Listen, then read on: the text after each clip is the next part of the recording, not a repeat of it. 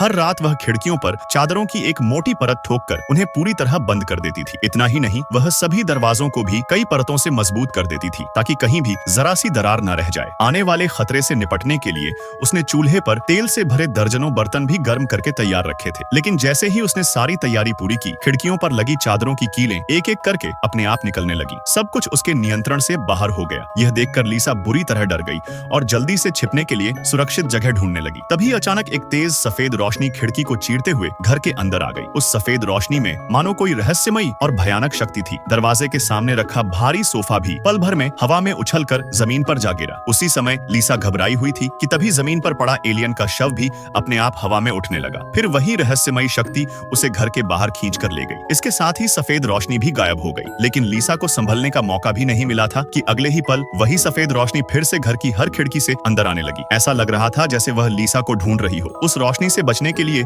लीसा भागकर बेसमेंट में जाकर छिप गई। लेकिन उसे जरा भी अंदाजा नहीं था कि एक एलियन पहले ही घर के अंदर घुस चुका था। वह बेसमेंट के पिछले दरवाजे से भागने की कोशिश करने लगी। लेकिन जैसे ही वह बाहर निकलने वाली थी, सफेद रोशनी एक बार फिर वहां चमक उठी। रोशनी को अपनी तरफ आते देखकर लीसा तुरंत दीवार के पीछे छिप गई। कुछ देर बाद वह रोशनी फिर से गायब हो गई। लेकिन तभी लीसा ने एक डरावना नजारा देखा। एक बड़ा एलियन धीरे धीरे सीढ़ियों से नीचे उतर रहा था। डर के मारे लीसा ने अपनी सांस तक रोक ली। लेकिन फिर भी ऐसा लग रहा था कि एलियन ने उसकी सांसों की आवाज सुन ली है। वह धीरे धीरे उसकी तरफ बढ़ने लगा। लीसा दीवार से चिपककर खंभे के दूसरी तरफ खिसक गई और पास रखी टोकरी से एक कैंची उठा ली। हालांकि अब उसके हाथ में हथियार था, लेकिन एलियन को अपनी तरफ आते देखकर उसमें लड़ने की हिम्मत बिल्कुल नहीं बची। इसलिए वह फिर से मेज के नीचे जाकर छिप गई। लेकिन जैसे ही उसने पीछे मुड़कर देखा, एलियन अचानक उसके बिल्कुल पास खड़ा था। लीसा तुरंत उठी और फिर से भागने की कोशिश करने लगी। लेकिन इस बार एलियन ने उसे मौका नहीं दिया। उसने अपने रहस्यमयी शक्ति से मेज को हवा में हिलाया और लीसा को एक कोने में फंसा दिया। अब उसके पास भागने का कोई रास्ता नहीं बचा था। इसलिए उसने तय किया कि अब वह छिपेगी नहीं। उसने हाथ में पकड़ी कैंची आगे कर दी और आखिरी सांस तक लड़ने के लिए तैयार हो गई। लेकिन तभी एलियन ने बस हल्का सा हाथ हिलाया। अगले ही पल कैंची अपने आप उसके हाथ से उड़कर दूर जा गिरी। अब उसके पास अपना बचाव करने के लिए